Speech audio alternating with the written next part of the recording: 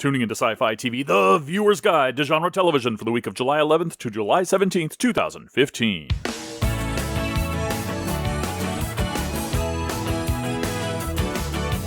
How did this happen? Where did it go? It should have been there last week's episode. I thought I was set up with my season pass. Now the new show is out, and I don't know what happened last week. How did my TiVo forget? Hey everyone, welcome to the show. I'm Wendy Hembrock. I'm Brent Barrett. And I'm Kevin Batchelder.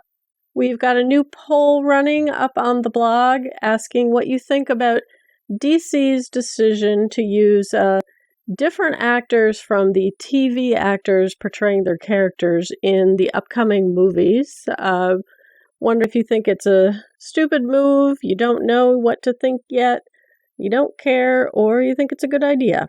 I like how the majority of the people either don't care or don't have an opinion yet, but I like how the people who do have opinions, either it's the dumb move or smart move, that most of them think it's a dumb move, and I think I voted that way too, because I think it is a dumb move. I think that if you popularized it enough and people love you on television as that character, I don't know why you can't bring him into the movies.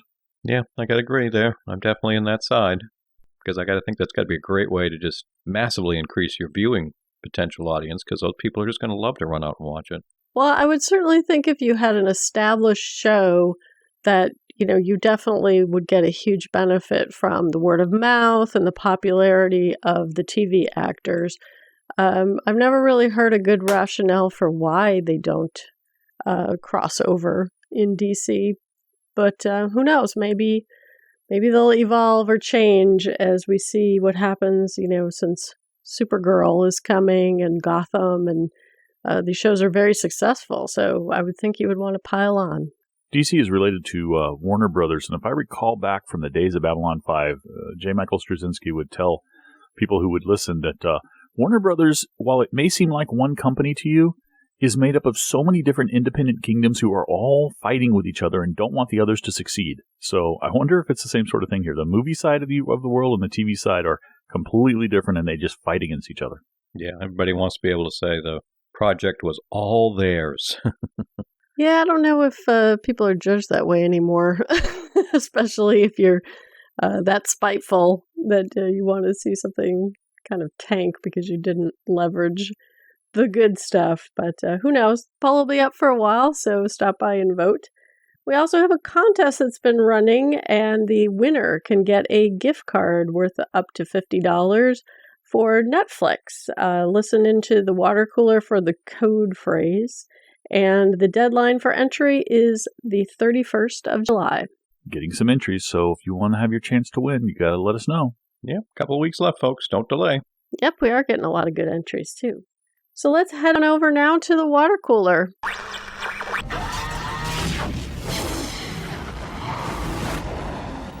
Hi, I'm Alan. And I'm Mike. Do you like Stargate SG-1? Did you think it was all over? We didn't, and so the Gatecast was born. We are two guys with far too much time on our hands and are exploring the stories of Stargate Command, episode by episode. With commentary about our favourite SG team's adventures. You mean the girly kick-ass team from Atlantis? No. We're talking about Jack O'Neill, Sam Carter, Daniel Jackson, and Teal'c, who make up SG-1 along with Dr. Fraser, Walter, and General Hammond, who lead the human race towards new worlds, where people have certainly been before, and some a long, long time ago. Each week a new episode will be discussed along with news and listener comments. So search for Gatecast on iTunes or use your chosen podcatcher. Or visit us at gatecast.facecast.com or our Facebook page. And join in the fun. We guarantee all comments will be read out. Gatecast. By fans, for fans. First up, we're going to talk about the shows that have been on last week with our quick reviews of what you should watch now, soon, let sit, or skip. Starting with July 11th, Jonathan Strange and Mr. Norrell, Episode 5 of Series 1, Chapter 5, Arabella.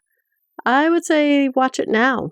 Oh, wow. I thought you were going to say watch it soon, and I was going to disappoint you by going lower, but I just go low and watch it soon. Seemed like a lot of setup to me. Not one I'm watching. And moving on to Sunday, the 12th, Falling Skies, Episode 3 of Season 5, Hatchlings. Low, watch it soon. Yeah, they started to disappoint us like we knew they would, Wendy. High end, let it sit. Not watching myself. Yeah, the decline's already started. And Humans, episode 3 of series 1, called episode 1.3, was awesome, and I would say watch it now. I agree. Watch it now. Yeah, you folks and many other people are seeing this differently than I am. I would just say it's a solid watch it soon. Aha. And The Last Ship, episode 5 of season 2, Achilles. I would say watch it soon. I'll go slightly higher. High end, watch it soon. Yeah, me too. High end, watch it soon. And The Strain returns with season 2, episode 1, BKNY. I'm not watching this. I was continued to be not pleasantly surprised. I continued to be pleased by The Strain. It continued as it did at the end of last season, so I would give it a high end, watch it soon. Not currently watching it myself. Oh, I thought you were, Kevin. Moving on to Mondays, Teen Wolf, episode 4 of season 5, Condition Terminal. I would say watch it soon. Yeah, Teen Wolf's a bit disjointed. I'd say low end, watch it soon. I was a little more of a fan, maybe towards the upper end to watch it soon. And The Whispers, episode 7 of season 1, Whatever It Takes. I would say watch it soon. Not watching this? Neither am I. Moving to Tuesday, the 14th, Stitchers, episode 7 of season 1, The Root of All Evil. I'm not watching this. It was okay, but you don't need to watch it soon. I'd say high end, let it sit. Yeah, me too. Same thing. And Proof, episode 5 of season 1, Memento Vivere. I'm not watching this. This was a good one. I'd say watch it soon. Not on my viewing schedule. And Scream, episode 3 of season 1, Want to Play a Game? I'm not watching this. Also kind of fun. I'd say low end, watch it soon. Not watching myself. Wednesday, Extant, episode 3 of season 2, Empathy for the Devil. I keep watching this, but I'm not going to rate it. I actually thought this was the best so far. I'd say high end, watch it soon. Not watching it myself, so. And moving to Thursdays, Wayward Pines, episode 9 of season 1, A Reckoning. Watch it soon. Watch it soon, I guess. Yeah, I kind of wanted to add that. Yeah, I've got these building on the DVR, and you two are not making me think I'm going to get to them. Yeah, it's probably no rush. Beauty and the Beast, episode 6 of season 3, Chasing Ghosts. You could skip this one. Still recording those to my DVR, not watching yet. I took Wendy's advice. They're going to go to a wedding. That's all I can say. Wait till the wedding. And moving on to Fridays, Dark Matter, episode 6 of season 1, called episode 1.6. Low, watch it soon. I'll go middle of the road, watch it soon. I'll go with Wendy. Low watch it soon for me. And Defiance, episode 7 of season 3, The Beauty of Our Weapons. I would say low, watch it now. I can only go high and watch it soon, but I wanted to go low and watch it now.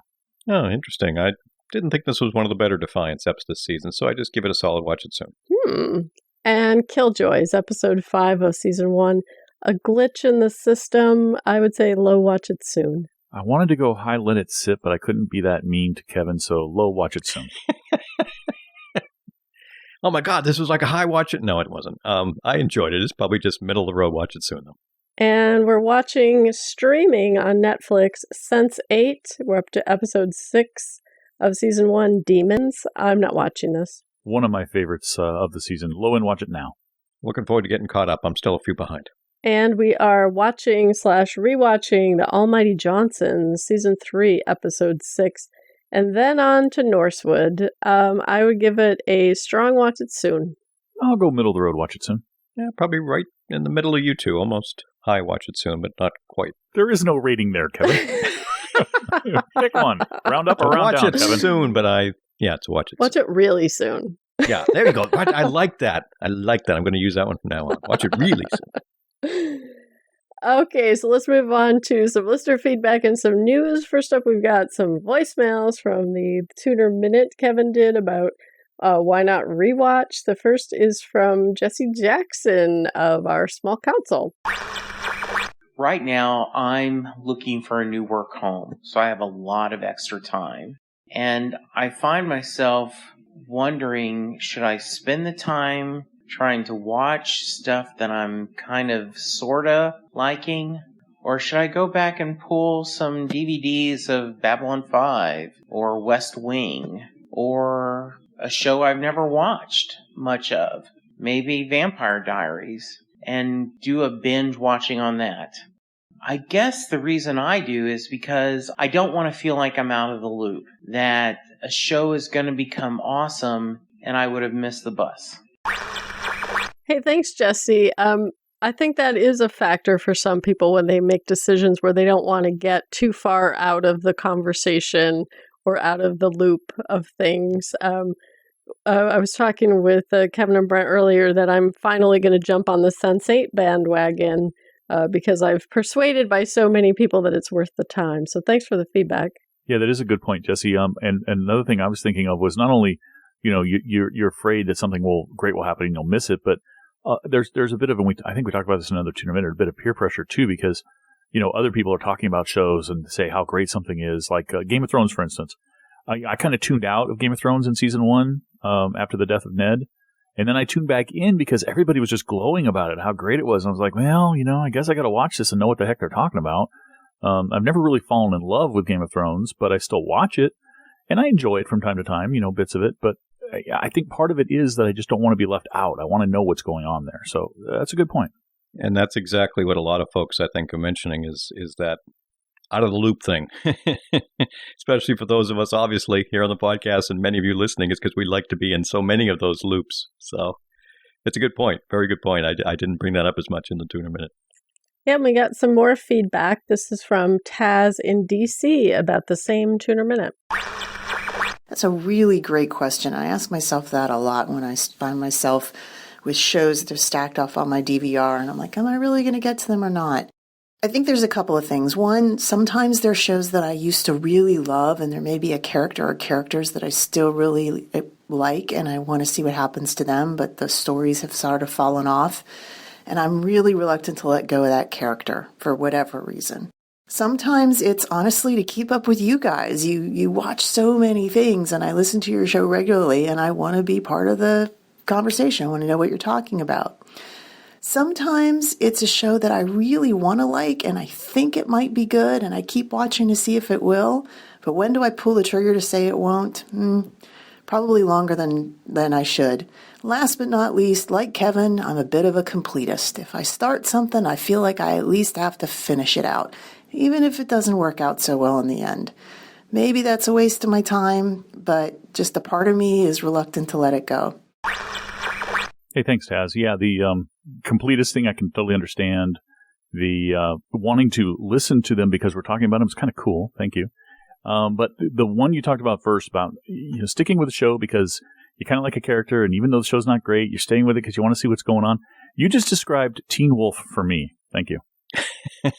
Yeah, some great perspectives, because I think many of those are why some of the shows stay on my radar and viewing the same way. Now, some of the ones, the completist side of me, certainly happens as a show gets much further in. I'm finding myself a little more willing to give up early on if something's not grabbing me, because I think it's also that emotional commitment, as kind of you were saying, Taz. I haven't already decided I like a certain character, whatever. So I think personally I'm getting a little easier to give up on it early. But once I'm in, man, it's tough to give up. Yeah, I hear you about that watching too long, waiting for it to get good. That's definitely been me with watching Beauty and the Beast this season, Extant, which I'm not even rating because I'm only half watching. Teen Wolf is almost there, and I have to admit, I do peek in on Dominion every once in a while to see if it will finally ignite something, but sadly it hasn't. So, hey, thanks for that. We also got some listener feedback from Scott on Cape Cod talking about the Almighty Johnsons. First of all, thanks to you, Brent, for recommending this series so highly. We just finished the third season, which is the end of the series, and it was absolutely wonderful. It was a delightful show from start to finish. Everyone in the cast did a great job, and we loved them all. I can't even pick a favorite or a least favorite. They were all great. And I'm not sure if the writers knew at the time that the last episode was the final one or not, but it worked perfectly as a series finale, and you were so right that it was so satisfying at the end. And finally, one thing that really cracked me up was in the last episode or so when was assigning everybody to for the final scene. and she assigned Anders to represent the dwarfs. Of course, Dean O'Gorman was cast as one of the dwarfs in the Hobbit movies, so I'd love to know if that was coincidence or an inside joke. Anyway, the whole ride was a blast with lots of laughs and good feelings, so thanks again, Brent. And things like this are what makes your show so worthwhile.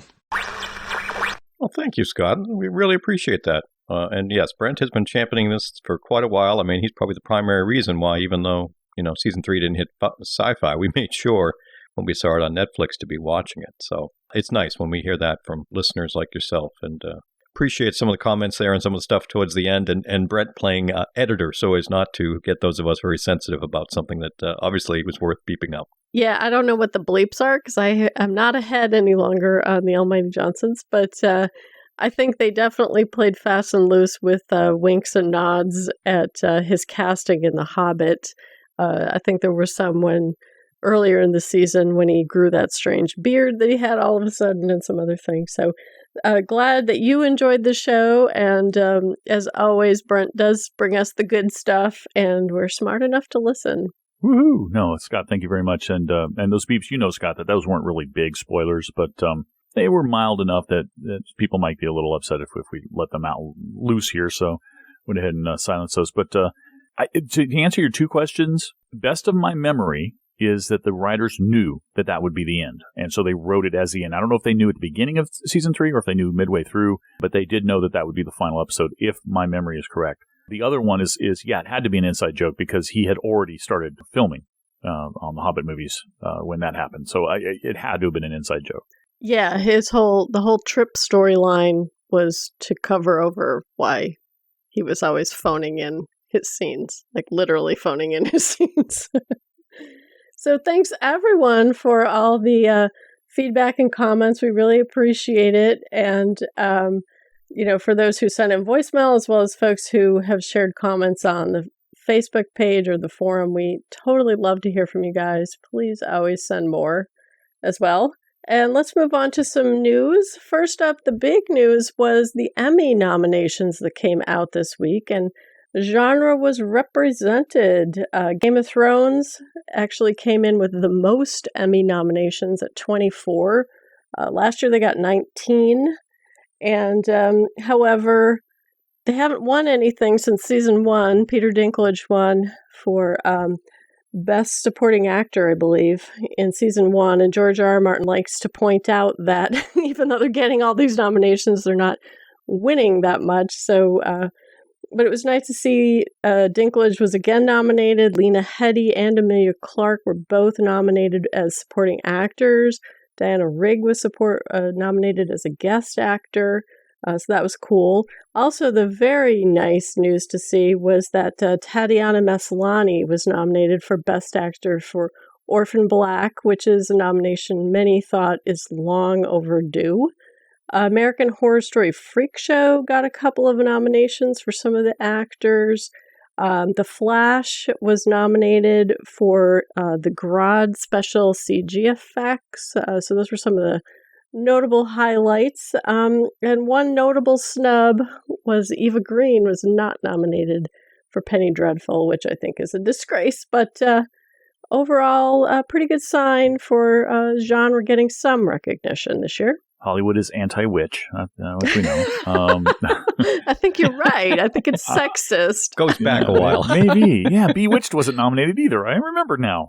No, this is a good list. I'm glad. And strangely enough, I am somebody who tuned out of award shows, like the Emmys and the Oscars, long ago. A couple of decades ago, I stopped watching those things. And I'm actually tempted to watch the Emmys this year, so that's a good sign.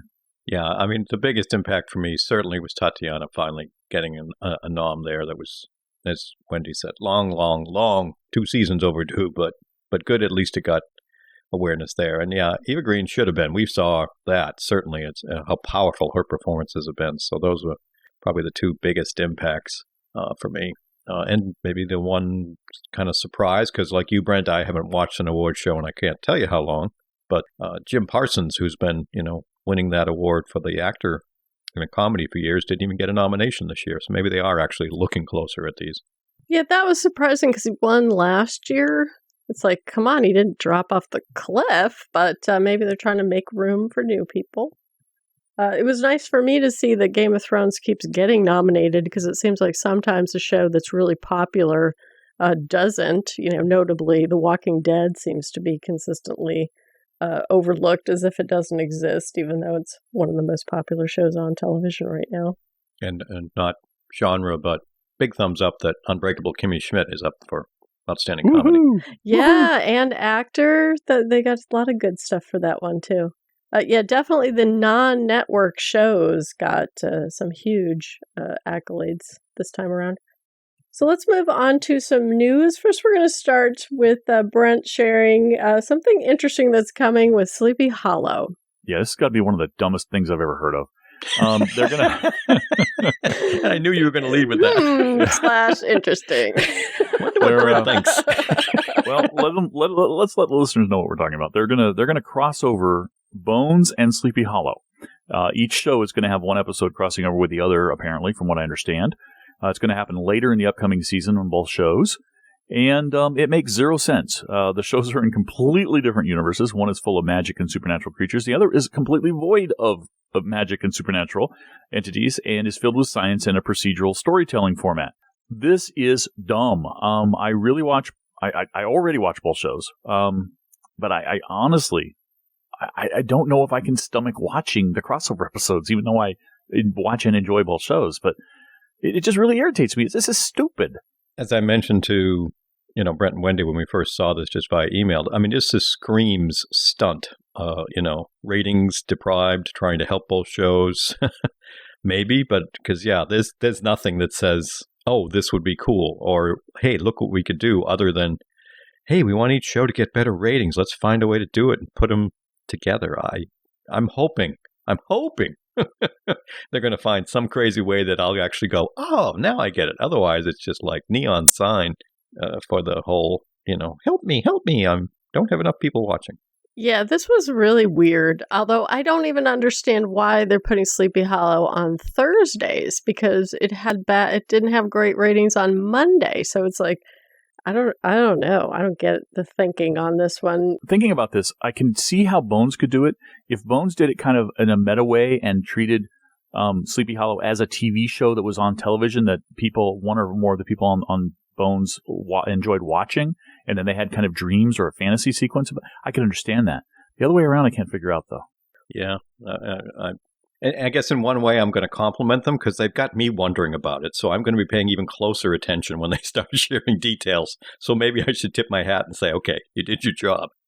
Well, there could be some artifacts, right, that somehow tie in with artifacts that Abby and Ichabod are looking for that show up in a crime scene that they're investigating or something, where it could turn out that it's a mystical artifact. Or potentially one. Bones has never had. No. I'm not saying that in Bones' universe, they just find a body or they find some stuff in a grave. They don't attribute it as important, magical, or anything. But once you connect the two universes, then Bones all of a sudden has magic and supernaturals and demons and apocalypse and horsemen. Well, but they never had it before. Yeah, I guess so. I don't know. Honestly, I don't really care either. I mean, I like Sleepy Hollow. It makes me feel bad for a show I like. Yeah, so let's move on to some better news. Kevin, let's hear about some news for a show that got renewed. Yeah, the ABC family show Stitchers, Brent and I are watching, and definitely categorize it as, summer entertainment. It hasn't been great, but it's been entertaining. And they announced they're going to be bringing it back for another season. No details on the episode order, in terms of how many episodes, but it's still got a few more to air, so this is before it even finished, and that's a good sign. And this is a case, and some of you probably are going to go, yeah, Kev, welcome to the bandwagon. But the thing I did find interesting in the article was they talked about how ABC Family is kind of shifting its focus now, and they're trying to reach more, I'm doing my air quotes, folks, becomers, not millennials. These are becomers, and that's the age group where people get their first car, their first apartment, their first job, their first heartbreak, their first love. So they're basically aging up, as they say, or ABC Family is trying to age up on their audience, and they think this is one of the shows that can help them do that. So interesting in that sense, but I'm digging it. So long as it's a summer show, I wouldn't want to see it competing in the fall. I think it'd get crushed, but summertime, it's a fun one. Yeah, this one lost my interest, but I know you guys have liked it, so hopefully they've got some more story for next season. Yeah, I'm mostly happy for Allison Scagliotti. I enjoy her on the show, and she's probably the main reason I watched to begin with, and probably still watch. But yeah, you're right, Kevin. I've watched some of these stories and think to myself, ooh, are they going to have sex here or something really? And I'm like, oh, no, this is ABC Family. And then it's good. I'm glad to hear that they're actually kind of aging up a little bit. But still, considering they're ABC Family, I don't think we're going to get any Game of Thrones kind of action on here anytime soon. No, I don't think it's going to go heavy in any of those directions, as you said, but it is nice to see, because apparently ABC Family is looking to greatly expand its scripted show lineup and to move more towards some of these procedural type shows, a little bit away from some of the angsty stuff they've had in the past. So instead of teen angst, it's 20-something angst. Is Early where we're 20 headed. angst, yes. Yeah, I think that's what they're, like I said, aging up. That's the phrase. Okay. If they wanted to be realistic, though, about the early 20s generation, they should all be living at home with their parents. Or commuting back and forth from college on the weekends. Not working for clandestine government organizations. They should be flipping burgers. Good point. So, San Diego Comic-Con may be a distant memory to some, but we've got a lot of interesting panel stuff and news to share, lots of video links. We're going to kind of go through some of the highlights. First up, I'm going to talk about Gotham, where we got some previews for what's coming in Season 2 and some of the characters from Season 1, like Penguin, Cobblepot, as well as what's probably coming for the Joker and Riddler, as well as some other new characters that are coming. So it was a lot of fun. I know you guys don't watch the show, but it actually looks like they're going to introduce some even more interesting new characters as well. Yeah, you just let me know when they announce they're introducing Batman, and I'll start watching. Well, Bruce Wayne is in the house. Batman, different character. Brent's hanging his hat on that one and has been. No, yeah. I did at least look through it. I may not be watching the show, but I do find it interesting to see what else they've got coming to it. So can't say it'll be one I'll be watching soon, but I'm glad that they're really making it a rich universe.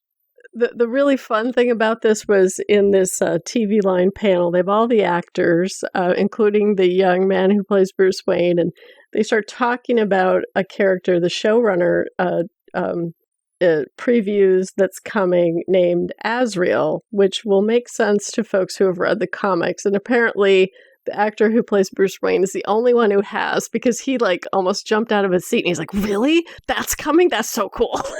He had a little geek out moment, and everyone else is looking very sheepish, like, I don't know who that is. It was really funny. So let's move on to some other highlights from Comic-Con, and Brent's going to talk about Grimm. Yeah, we had a lot of hints and character direction teases in this short little snippets from actors and actually from the showrunners from Grimm, and also some of the things from the actors as well. But they try to give a firm answer to an open question from the end of last season. I won't say what that question is. Don't want to spoil anybody who hasn't seen it. But I'm a little dubious about whether or not we can believe the showrunners, because it's well documented that they have intentionally misled fans with seemingly serious and sincere answers before. So I don't know if this is actually worth a grain of salt. I don't know. It's a good read, though, to see where some of the other characters are going this coming season. Yeah, I kind of dug it. I mean, Grimm's one that I've been a little up and down with, but it's funny, all the San Diego stuff, this one's one I was very much kind of looking forward to. I guess maybe I was looking for a little extra spark to see where we were going. And my question was definitely going to be, for Brent, as you pointed out, I think very accurately, whether or not you have a stronger feeling that what they're telling us is going to be correct, or if you're still having more doubts after seeing this. Yeah, I actually just believe that they were telling the truth, mostly because of the way that all the other actors were behaving, and it didn't seem to be the same sort of behavior that they're covering something up. It does sound like there's some bad story behind it, though, but I believe them. Yeah, it could go either way with me, Kevin. If they're telling the truth, I'm fine with that because they talked about some character direction with another character and another character, if you know what I mean, without giving any hints, that I might find enjoyable to watch. But if they're also jerking our chain, that's fine too, because I like that thing that they said isn't coming back. Thumbs up. Contest clip time. In your contest entry, tell us what Kimmy Schmidt says she's eating for dinner. I just want to be a normal person. I'm having candy for dinner. So now let's have Kevin talk about some of the highlights from the Arrow panel at Comic-Con. Yeah, we got 3 links in the show notes for you folks. Specifically, there is a video of the very beginning of the Arrow panel with Stephen Amell showing off the new Green Arrow costume for next season at the very beginning, which is very cool. Obviously, that would have been a great way if you've been to that panel. Talk about a great way to really get you excited. So, yeah, there's video available there on YouTube to see just that couple of minutes of him doing that. And then the other link we have, if you don't want to watch the whole 30-minute plus video, which is easily found on YouTube, there's an article from moviepilot.com just kind of hitting on some of the high points that came out of that discussion. And again, teasery type things, not so much spoilers, but talking a little bit about things like some new relationships, kind of the tone of what we might see this season for the show as general, a couple of new characters that are coming in, and obviously some new stuff for Diggle. And I know we've even been talking about it a little bit in some of our podcasts, so good stuff there. And then finally, there is a link to some stuff with the lovely Emily Bett Ricards, a.k.a. Felicity, from the press room. It's an actual video about 5 minutes long, some of the questions for her. And then there's also the text of some of the questions if you want to just see it in written form, asking her about, what she feels like being such a fan favorite, how that's developed, and also a little bit about the direction of where the show might be going and some of her, the crossovers that she's been able to do with Flash. So good stuff. If you're an Arrow fan, I think you'll gobble all this up. Yeah, there was a lot of good stuff. The panel highlights were a lot of fun. It was neat to see Stephen Amell come out in the suit. Not sure what I think about the suit yet. I kind of like the old one, so I don't know. I'm not particularly attached to the Green Arrow image from the comic, so that could be why it didn't make quite as big an impression on me as maybe it did to some other people. I liked hearing them talk about the big bad, Damien Dark, that's coming. And Neil McDonough, and they were as excited as I was when they realized they were going to get him for casting.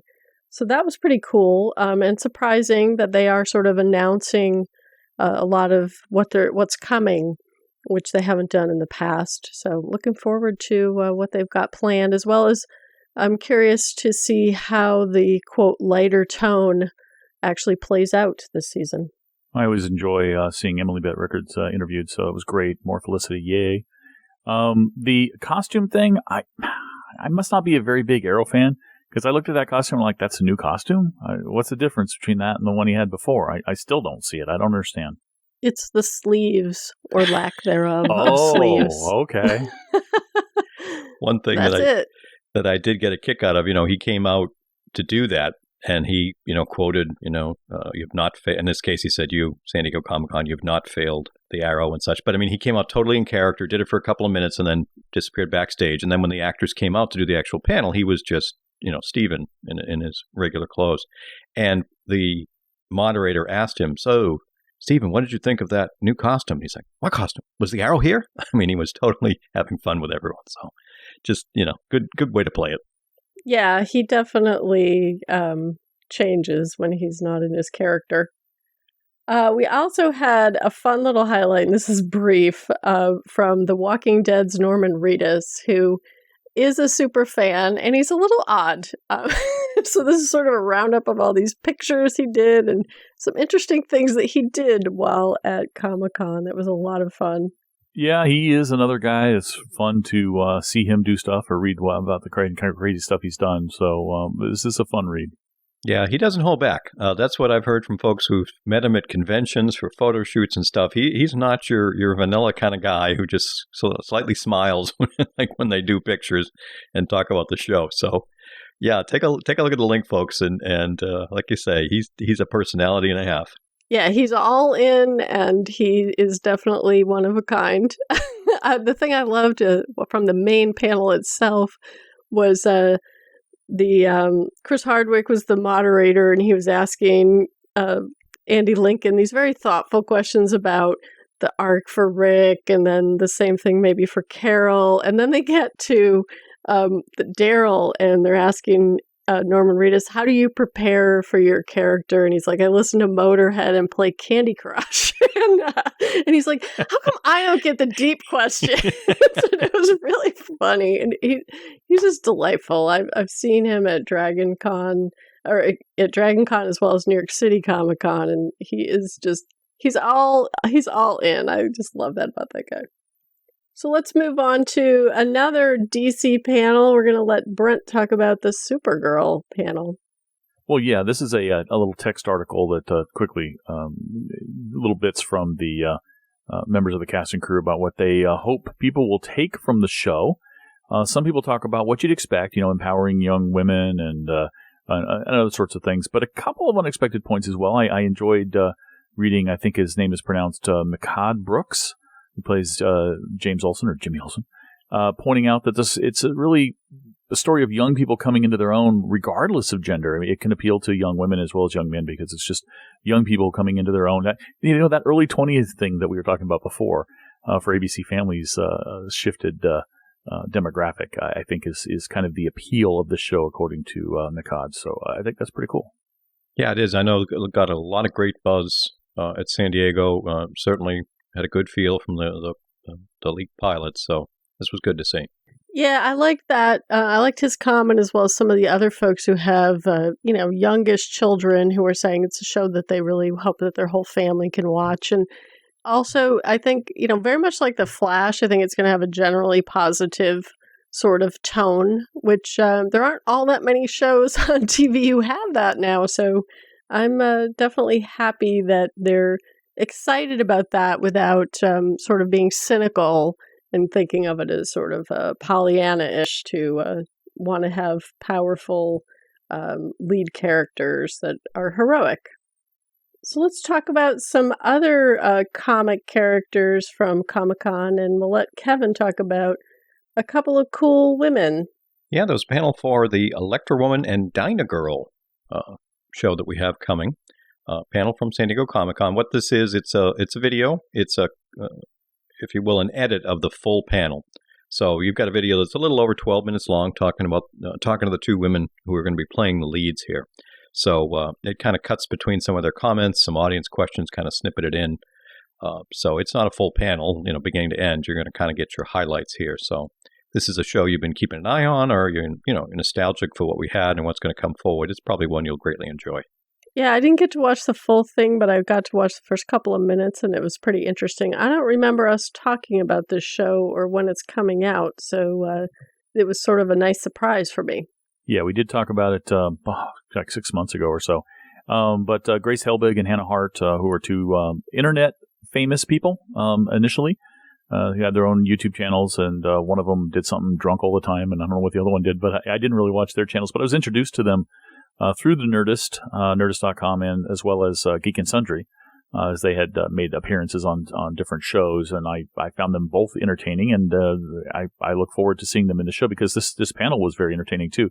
They talk a bit about how they're going to start out, no spoilers here, but they're going to start out in the full body spandex that the characters had in the 70s for their superhero costumes, and then they're going to be moving out west, and they're going to get brand new costumes, and they actually show pictures of all of these things during this video, and it's really cool to see because their new costumes are very much up to date, and they talk about the fact that they're playing roles that are very different than the actors. In fact, they're almost polar opposites. One of them is very shy, but playing a very outgoing character. One of them is very outgoing, but playing a very shy character. And they just laugh at how it's completely different than how they really are. And they seem to have a lot of fun. Yeah, definitely. That was something that came across was the fun that they seem to be having with this show. So now let's move on to some casting news, and we're going to do kind of a roundup of a bunch of shows. So if you don't want to know what's coming for about 6 different shows, skip ahead about 5 minutes. But first I'm going to start with Sleepy Hollow. So in addition to having a crossover, they've also cast their Betsy Ross, who is going to be played by Nikki Reed, who I only know as Mrs. Ian Somerhalder. who is going to play Betsy as the former girlfriend of Ichabod. On 12 Monkeys, they announced at their San Diego Comic-Con panel that Michael Hogan, a.k.a. Saul Ty from BSG or Grandpa from Teen Wolf, is going to do a 4-episode arc playing a scientist colleague to Dr. Jones. Could be a little more than collegial also. The Flash has cast a bunch of new characters. First, Michael Ironside is going to be playing Captain Cold's father, Louis Snart. And he and Leonard have a very bad relationship in the comics. And it sounds like he's going to be a bad guy. They also have announced that Teddy Sears is going to play Jay Garrick, who in the comic book lore was the original fastest man alive, and we saw a winged helmet in the season 1 finale, so he'll be coming over. And Adam Copeland, who folks know as Dwayne on Haven, is going to play Atom Smasher, and he's going to be coming in the first episode of the new season. Apparently, he's not a good guy, at least initially. The Atom Smasher has incredible strength and can grow to enormous size, so he's going to be quite the foe for the Flash. And apparently, both he and the Jay Garrick character are tied into some of the Earth 2 storyline from the comics, but I can't say anything more about that because I haven't read it. The other CW superhero show, Arrow, has already announced Neil McDonough is coming to play Damien Dark as the big bad with no redeeming qualities. But they've also cast a couple of other comic characters. Mr. Terrific will be played by Echo Kellum. His character is named Curtis Holt, which is a different name from the comics, and he's going to be some kind of a tech whiz who works for Felicity. Arrow is also introducing the character Anarchy, who is frequently a foe of Batman, and Anarchy will be played by Alexander Calvert, who I'm not familiar with. The Originals has cast an alumni of Veronica Mars, one of my favorites, Jason Doring, aka Logan Eccles. Also, he played a vampire on Moonlight for one season. In the Originals, which will be a recurring role, he is playing a detective. Who knows, maybe he'll get turned. But now I have a reason to start watching the Originals again. So lots of good stuff coming very soon. Yeah, I hope on the Arrow casting that they aren't casting yet another love triangle interest for Felicity. I mean, I really wish they'd stop doing that if that's the case, but I guess we'll see. The Sleepy Hollow casting news, at first it kind of threw me. I'm like, is she going to be a descendant in modern time? And then, of course, I realized, no, this is Sleepy Hollow. There's a lot of flashbacks, so now that you say it's a former girlfriend, it kind of makes sense, although I think Kevin, in our email conversation, kind of gave me a kind of a crazy theory thing about how she might come forward in time, too. That would be kind of cool. The 12 Monkeys and Flash, though, I love the casting of the two Michaels. That's great. Michael Hogan and Michael Ironside. Both actors I really enjoy. Michael Ironside from pretty much everything, and Michael Hogan, of course, from Battlestar Galactica. So, cool.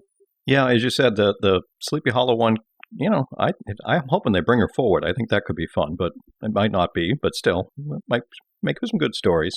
The Flash castings that you mentioned really caught my eye.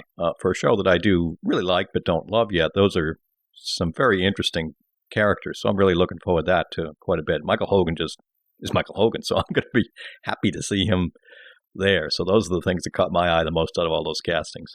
Well, the thing that always intrigues me about the casting for Arrow and the Flash is now thinking, how is this going to lead to the Legends of Tomorrow spinoff? So, the Atom Smasher, that sounds like somebody who might mix it up with, Atom, the Atom also, possibly, and love seeing Michael Ironsides come on to a regular show and mix it up as a big bad, so those are cool. But I gotta say, Hogan coming on 12 Monkeys and Jason Doring coming on the Originals, that's just win for me. I'm a big fan of his. Also, I was laughing a little bit when I saw, the Edge from WWE and his connection with wrestling, because Stephen Amell is a big fan of WWE and has stated that he wants to get on WWE, and I'm just wondering how this will help bring him one step closer to that goal, because he even talked about that when he did the charity panel for Zachary Levi for Nerd HQ. He talked about plans to try to get him on the WWE as a character, not necessarily as Arrow, but as some other character. So I'm wondering how this will all play out in the future. But for now, let's move on to some other stories, and Brent has some info about The Expanse. Yeah, we're going to link you to a YouTube video, which is a kind of a featurette that gives you the story of The Expanse. It gives you a lot more background on the universe and some basic facts, like it's 200 years in the future. That it takes place in the expanse of our solar system. It doesn't go outside the solar system. But what I'm getting from this and what I've got from other things is, to me, it looks like there's just way too many characters and way too many things happening at once, and not something I think I'm going to really enjoy. Looks to me like they're almost trying to do a Game of Thrones in space here. So, watch it. If it's something that interests you, tune in. Let's see. Well, as you said, the thing I liked the most about it was just kind of giving me that center of what is this about, and some info, because the other trailers and stuff is just kind of giving you cuts and all. So I did like that. Yes, I did again get reminded, as you said, that I'm going to need a playbook to keep up, it looks like. And that can sometimes be done well and sometimes not so much. So yeah, I'm not sure I'm any more or less excited, but at least I feel a little more comfortable with what we're going to be getting. Yeah, I didn't watch this video, so I don't know if I'm any more excited than I was before. So let's move on. Kevin's got some news about good things coming to Canada. Yes, and big thanks to listener Mark DeCoates from Solo Talk Media. Just let us know. Mark's based up in Canada. And, those of us here in the U.S. keep, thinking that Netflix is ubiquitous everywhere and has tons of great content, but their catalog in Canada is a lot thinner, certainly on the streaming side. So he let us know. You can follow the link in the show notes for those of you in or near that are curious, that Crave TV is going to be coming up there to everyone as of January 1st. And from their contracts that they have, specifically stuff with HBO and some other folks, that is looking like it'll be the go-to spot for those of you who want to stream content in Canada. There have been some other options available from your cable companies up there, Rogers and such, but it looks like this one is being positioned as the go-to spot for those of you who want to be able to get a lot of great shows and have a nice big catalog to choose from. Oh, well, that is good news for Canada. Yay. Yeah, he also mentioned, and I did know that they had Netflix in Canada, but I didn't know that it was as bare bones as he indicated in the email. It apparently does not have anywhere near the amount of streaming ability that the U.S. Netflix has. That's a shame. So let's move on to another trailer. We have a link in the show notes to the trailer for Childhood's End, which I'm definitely excited about this because of the Arthur Clarke connection, as well as the cast. And I have to say, when I watched this trailer, I was starting to think it was going to be kind of like V a little bit, in a good way. I also loved hearing Charles Dance's voice as the probably menacing alien. Yeah, watching this, I had the same reaction. I think I was bringing back a lot of memories of when I did read this book as a younger adult. I think I was a teenager at the time, and my memory is still vague, but I have a general sense, and I do recall reading the book, having the same sort of feelings I did watching this trailer of kind of awe and frustration and amazement to some degree. So I am looking forward to watching this to see how they pull this off. Like I said, I think I mentioned once before, I went ahead and bought the ebook version of this because I cannot find my paperback copy that I had from when I was a teenager, and I started rereading it. I don't know if I will finish rereading it before the series comes, and if I don't, it'll probably be an intentional decision not to, or if I want to read it all, because I kind of miss out on knowing ahead of time a lot of these things, like I did for some of The Walking Dead and for some of the other things like the Lord of the Rings movies and things like that. I might read it ahead of time just so that I can refresh myself on what the source material is, so I can really look at this TV show and also feel a little smug to the people who haven't read the book, Yeah, you got some inside info. No, I was interested a little bit from it. I still am, even with this newer one. I'm just a little curious how SciFi is doing this whole thing between the Childhood End and The Expanse, since they're both coming in December. Are they going to do these one after the other? They'll both be airing at the same time. I'm just, I'm kind of wondering how they're doing this idea of these whole event things and going to do 2 of them at the same time. Oh, I don't know. Maybe they'll run in parallel, so we'll have another Sci-Fi Friday block or something. I don't know. I think SciFi has a surprise for all of us. They're actually the same show. They're just marketing them as 2 different shows. Yeah, I'm going to have trouble with the 2 big casts if that's the case, The Expanse is actually the spin-off of Childhood's End, probably. There you go. There you go. And let's talk about another look at something new that's coming that Brent's going to share about Riftworld Chronicles.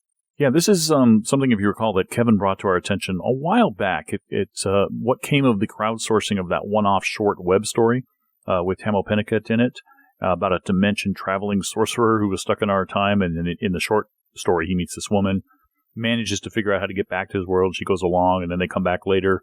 Like the after lunch, basically, they come back and it's been 10 years or something, and they have their child with them, their son with them or something. That's how the short ended. But this one is 8 episodes. It's just under about an hour total. I'm about halfway through watching it myself. I think Kevin may have watched more. And it is better than I expected. Tamo's accent, remember, that's one thing that I was laughing at last time because it was so awful. It was all over the place, the accent he was trying to perform.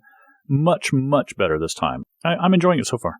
Yeah, it was great to see this had completed its first season, and they're calling it first season. I think they're definitely hoping to do more by getting some of that crowdfunding. I haven't got that far into it, unfortunately, yet, Brent. I only had a few minutes from the time I came across it, but link in the show notes, folks, to the trailer of this. I guess we'll call it the full version, as opposed to the short one we got a chance to see a few months ago, and then a playlist on YouTube, and also the website if you want to kind of keep up with them on social media and so forth. But yeah, both the lead actors, Tomo and the woman whose name is now escaping me, kind of caught my eye. So I'm curious to watch this in its complete sense of those 8 webisodes cut together to be maybe 45 or 50 minutes. Yeah, I haven't seen this yet, but similar to you, Kevin, I'm going to plan to sit down and watch it all as one long episode. I'm very glad to hear Tomo's accent improved because that was painful. So glad to hear that. And let's close out the water cooler with a tuner minute. This one I recorded. It's called The Ride or the Destination. I read an article recently in Time magazine by the TV critic talking about how he and his wife rewatched Lost recently with their children to introduce them to the show. And before they started watching it, he warned them that some people were not thrilled with how the show concluded.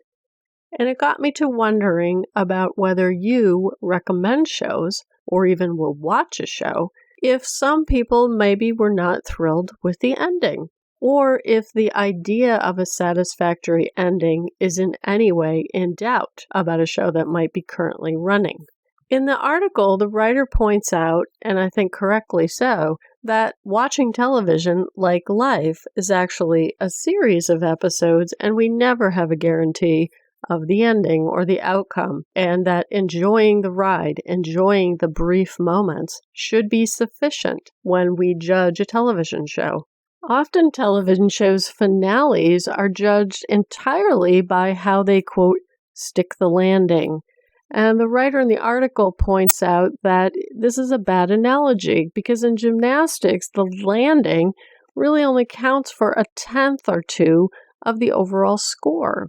So perhaps because by the time we get to the finale, we're so emotionally invested in the story and its outcome that we give more weight to answering up those final questions than they actually deserve.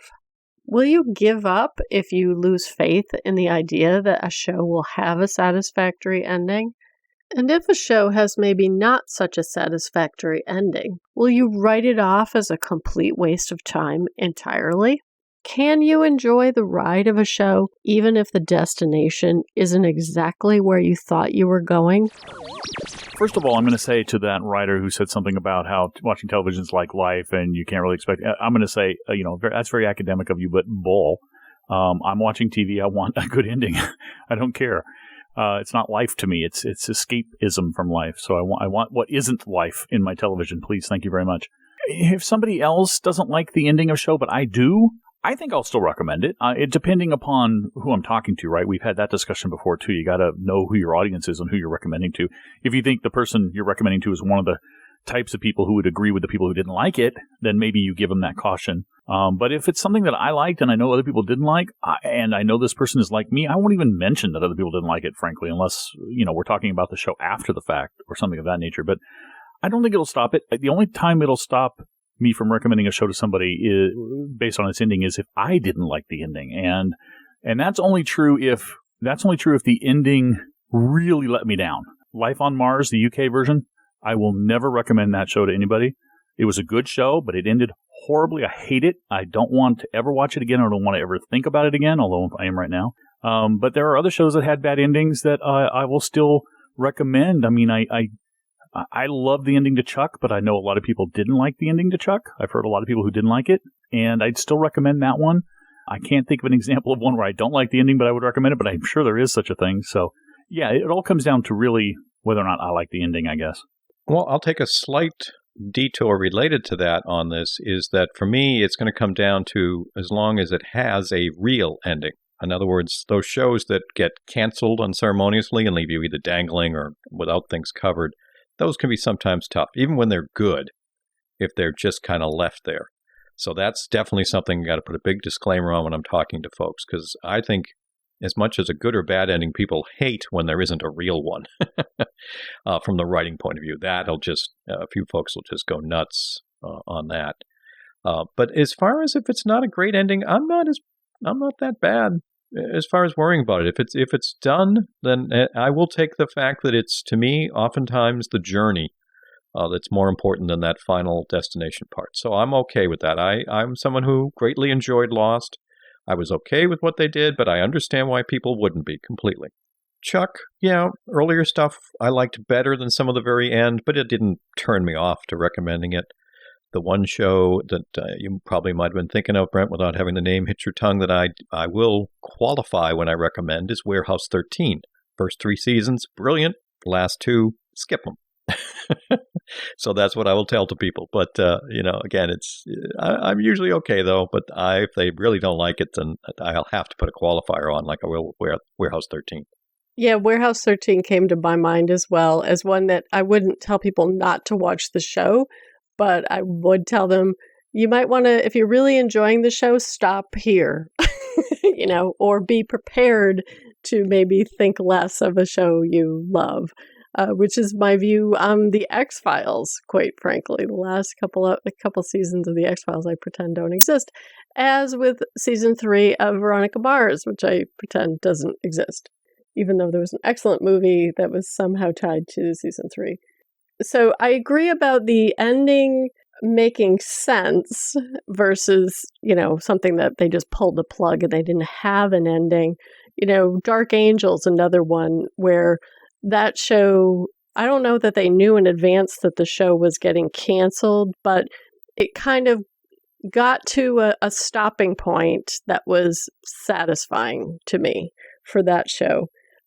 So I think a lot of it, though, is the character journey. If there's certain parts of the character journey that haven't been paid off, or even if a character feels like, they just disappeared or they got cut out or they took a wild left turn in the character arc, that would be kind of a deal breaker, more so than even just answering the plot storyline.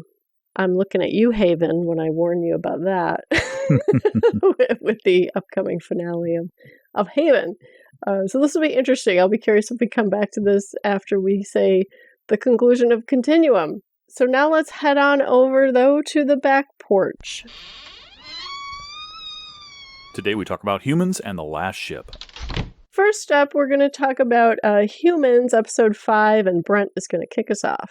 Yeah, I'm going to try my best not to reiterate the story to you guys and just hit on some of the things that I think are really interesting about this episode and why I rated it as a watch it now, which I think is the highest rating for this show that I've given an episode. At the end of the last episode, Anita is about to be hauled off by the mother character to be returned. And in this one, when the family finds out, they race after the boy who just is actually kind of kind of lusting after Anita, races off on his bike and gets actually into an accident. And Anita, however, steps out in front of this vehicle, this vehicle to stop him from getting an accident, and gets injured, of course, in the process. And that all of those events allow the mother to basically accept her back in the family because she really will protect their kids. And I love the scenes where Anita's acting different enough that the mother is very curious and actually confronts her with them. And Anita's answers are really great. Like, the mother points out, at one point I asked you, or you said you would be, you're a better mother than me, or whatever. I can't remember what it is. You would protect them better than me, the kids. And she says, well, that's true, because, I do this better. I'm faster. I'm stronger. All of this. I can, do all of these things that you can't do because you're human, but I can't love them, she says, which kind of tugs at the heartstrings of the mother. So, that's kind of an answer that works for her. And I love how Anita does these things, and she's doing them on purpose. And then, of course, when she tells the little girl that the mother really wants to read her a good night story, and the girl goes and then Anita goes out and tells the mother that the girl wanted that, and then she's confronted on that, and she says, well, it's because I sensed that you were sad. And she says, you're not supposed to be able to do that. The mother says that, and she says, but I am programmed to pay attention to the emotion. I like how she's kind of manipulating these things. So we got that advancement on the Anita front, and I won't even talk about the stripped down body search that happens in the garage. The really cool thing for me is the former enslaved prostitute bot, Niska, who last episode, of course, decided she'd had enough and apparently did kill one of her clients and escape. But this time we got scenes with her plugged in and charging at a public station, and one of the bots looks at her and says the same thing that one of them said to Anita, which is, why don't you share? And then that kind of clues her in as well, that she doesn't want to be identified easily as a bot. So she gets some contacts to hide her eyes, which are very bot-like. I mean, that's kind of how people identify the bots. And they're, most of them are very inhuman in the way they move and speak and so forth, but she can be more human in the way she moves and speaks. So with the contacts, the blue contacts, she's looking like a woman, so much so that she's hit on by a guy in a bar and decides to go home. She gives this kind of a wry smile to him when he's hitting on her, and goes home with him. And at first, we're not quite sure what's going on, but then it looks like she's going to kill this guy because she thinks he's a womanizing, creep. And she believes now that her job, I guess, is to go rid the world of these womanizing creeps. And then she realizes pretty soon, after he describes, what that hair was in his bathroom. It wasn't just the woman from last night. It was his daughter, and that he's, he's lonely and so forth. She feels a little sympathy for him and just drops the knife on the chair and walks out. And he turns around and sees this knife, and the woman's gone. And he's, I'm sure, a little relieved, scared, terrified. Very interesting development with Niska. So I'm really curious what's going on with that. And of course, we got Odie and George Milliken, and George kind of sending Odie off into the woods, telling him to hide, like, you're getting rid of a dog you don't want or something. But that was pretty sad to see. But Niska is that's the character. Niska and Anita are the two characters I'm really latching onto, but I really want to know what's going on with Niska. And Anita is just really fun to watch, how she's kind of playing the game. I still don't think she remembers anything of a former life, but that programming, the thing that made her unique, is still there. Yeah, I've been enjoying these episodes, but not as much as I think both of you and many of our listeners are. It's funny, I had a conversation online. It wasn't one of our listeners, I don't think, but someone I was saying, yeah, it's got a little bit of that UK slow-moving thing, which, not that I don't like it, but I'm not getting as engaged as I think other folks are. So I'm seeing some interesting bits. I'm curious, but I must admit, when I'm watching this one, my mind's wandering a bit to other things. So I'm not as, like I said, engaged as some of you are, although some of the things they're dealing with are very fascinating and very interesting to see where they're going to take it as these bots and how people interact with them, and those that have this ability to think and the differences and how they see them is quite fascinating. But, so it's a show I'm liking but not loving, but, it's developing still. We're still very early, so it might finally click for me at some point as the different bots start to come together or start finding each other. We'll have to see.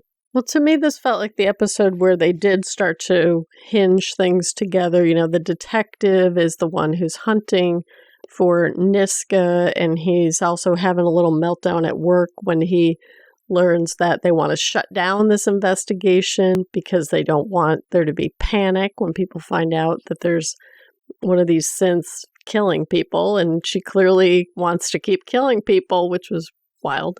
They're doing a great job with both plot development and character sort of at the same time, and it was really well done with everything about Laura starting to repair her mistrust of Anita, but at the same time, Maddie's unraveling it. And, Maddie overhears Anita telling Sophie, why don't you ask your mom to read to you because it'll make your mom feel better. And then later on, when the mom is reading the book, you see Maddie saying the word over again. So it really was a special sort of bonding moment to read that story with the mother for Maddie. And then later on, when Maddie plugs into Anita and she's like, what are you doing? And she's like, you're weird and I want to find out why. And then all of a sudden, the real Anita emerges and starts screaming, help me, I'm in here. And it totally freaks Maddie out. And then she puts the code onto some hacker site, which pings to Leo and Max, so that now they have a neighborhood to go look for her. So I liked all that stuff. The stuff with George and Hody this is just a train wreck about to happen, that he left this thing out in the woods. Somebody's going to find it, or he's going to do something. They also, I got to ask a question, because at one point, the guy from the lab or the corporation that's holding Fred and was interrogating him, he shows up at the crime scene, and then later he has a picture of a guy. It looks like a young William Hurt to me, and he said he was a modder. He was one of these people who could modify synths. So I'm curious if there's like a son version of William Hurt running around, or if it's just a really old picture. That was kind of one of the things that surprised me. I didn't really know what that meant exactly, if I was supposed to know what it meant. But I'm really enjoying this storyline. I really like the characters, and it's got a real mystery element to it that I find intriguing. I was presumed that photo was a picture of Leo, but maybe it isn't. I agree with you. Normally, slower shows don't appeal to me, but this isn't really a slower show. I don't see this way. I know, Kevin, you're talking about this as kind of the slowness of British shows, and I know what you mean, but I'm not seeing that in Humans. I'm enjoying it. It's moving at a very good pace. I'm really into the characters. I want to know what's happening with the story. So this is quickly becoming one of my favorites of the season.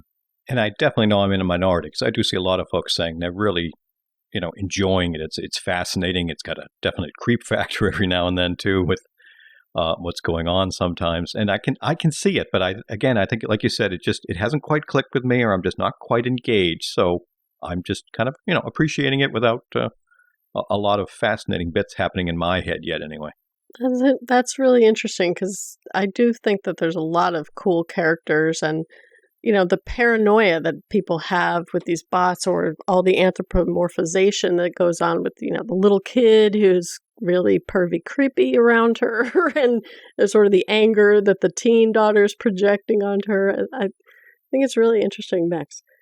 So let's move on, though, to The Last Ship, and Kevin is going to start the discussion. Sure, this is for episode number 5 of Season 2, Achilles. And it's funny, I saw several reviews of this show online this week that were not very glowing. I'll put it that way. And I'm not saying it's the best episode of the season for me, but I kind of dug it. And I've talked about this before, in the sense that, I kind of like when The Last Ship really does military stuff. Even though, we're a genre podcast here, and I tend to ding things that aren't very genre-y. But I think it just does it so well that when it is doing that, and that's what this week was, we very much had a sub versus the ship situation and what's going to happen there. I just kind of enjoyed that. There really was not a lot of big character things happening. Not some cool stuff here and there, but I just really liked how it came down to who's going to try to outwit who. What advantages can we try to use? Are we going to be able to detect who's where? What strategies and things like that? It just, for a TV show episode, was kind of interesting to me. We still got our crazy patient, well, I call him crazy, our patient zero guy, that's over on the subs, helping out the gang. I think they're called now the Selected, the ones who think because they didn't get sick, they're special, and therefore the world should fall to them. This whole idea of the crazy cult almost. Trying to help them. So I just thought it was a good interaction of what's going on. The story bit where our heroes had that prisoner from the episode before who was from the sub and he appeared to be getting sick. They're trying to get info out of him. The Adam Baldwin character was going nuts trying to get info out of him. And they finally think he's got a beacon inside, which is what's helping the sub keep track of him. It turns out it's just a flash drive that the guy swallowed that, I guess got to the point where it finally killed him. But there's quite a bit of movement there at the very end when they realized that flash drive had information on where most, if not all, of the labs are in the U.S. that are trying to develop the vaccine, the cure, if you will. And the sub is able to launch missiles at those locations, and the Nathan James is unable to stop a lot of that, and I think only was able to counteract like maybe 2 out of 20 some odd. So we're very much wondering if that means a lot of the labs in the U.S. have now been destroyed. So, like I said, it just this for me engaged me, had me interested and very curious, and I'm curious where it goes from here. Yeah, I didn't rate this one as high as I have some other episodes.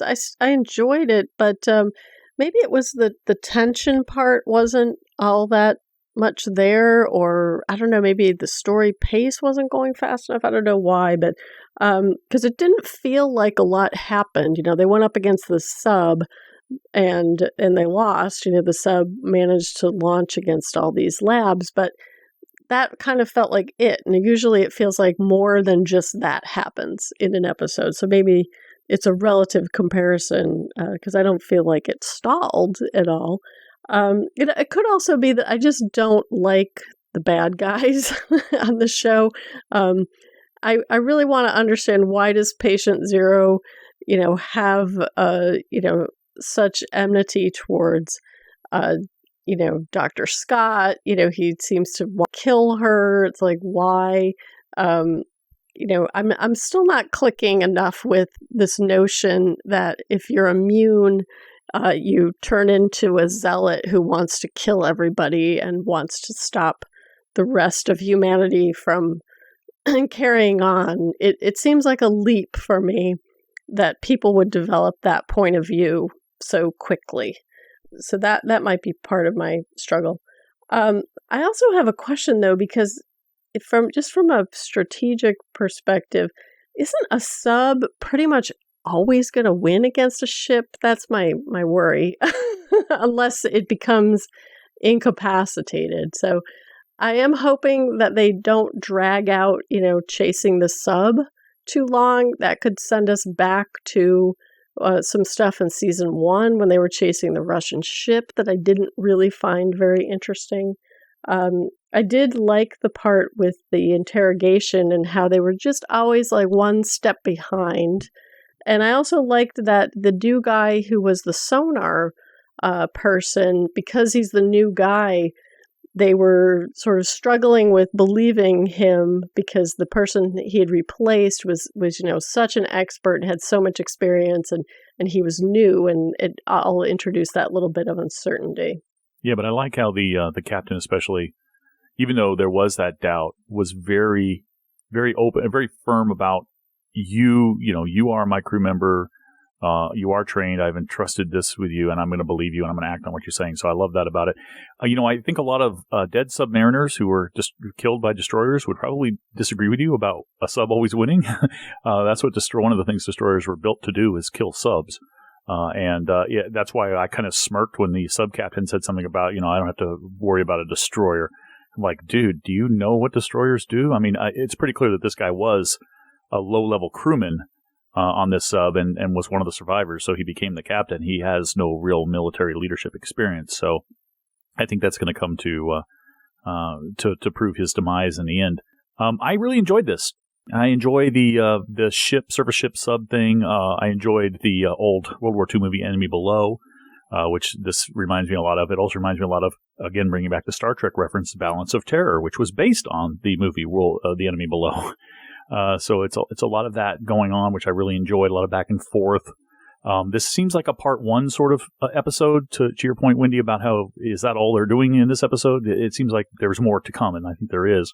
The launches was dramatic to see. And I have the same question the crew that Nathan James does, which is, if this guy had the thumb drive and we got the thumb drive, how did they get the targets? He doesn't quite understand. Now, I think we're supposed to believe that because the crazy patient Zero in the sub was able to determine where her mentor was, that somehow that led them to know where they... I don't know. But anyway, I was glad to see that Nathan James didn't stop all of them. 2 seem pretty low, but at least there's 2 facilities that may still be intact. Now, these were conventional missiles. They weren't nukes. Obviously, this is a hunter-killer sub. They are not armed with nukes. They're armed with more, cruise missile types with conventional warheads. So they probably did some damage to these labs, not necessarily destroyed them, but I'm sure there was definitely some setbacks at the labs that they did impact if they did target them properly. So we've got a lot of that going on. And I have to also, at the time I was watching this, especially by the end of it, I was thinking of our caller from last episode, Matt from Australia. And dude, they didn't win here. A lot of labs got hit, so it's not good. Yeah, and that's just where I don't know enough. The show didn't explain enough to me for why what's unique about a destroyer that it can find the sub, because they seem to be having so much trouble. So, I'm glad to hear that that's what the ship is supposed to do. But it wasn't obvious to me when I was watching it, sort of what the odds were against the sub. So thanks for clarifying that. And I think we're going to have to wrap it up with that, but come back for the last calls. I think we've got a lot more to talk about. Before we go, I want to thank all of our listeners, encourage you to send in feedback and comments, and I want to thank Kevin and Brent for a lot of fun. We'll see you again soon. Catch you next time. Have a great week, everybody. If you'd like to contact Tuning Into Sci-Fi TV, we offer a variety of feedback options, including email at feedback@tuningintoscifitv.com, voicemail at 206-202-4182, Skype voicemail at Tuning Into Sci-Fi TV, or you can visit our blog and forums at tuningintoscifitv.com. And finally, you can find us on Twitter at twitter.com/tuningintosci-fi, or at Facebook by following the link on our website.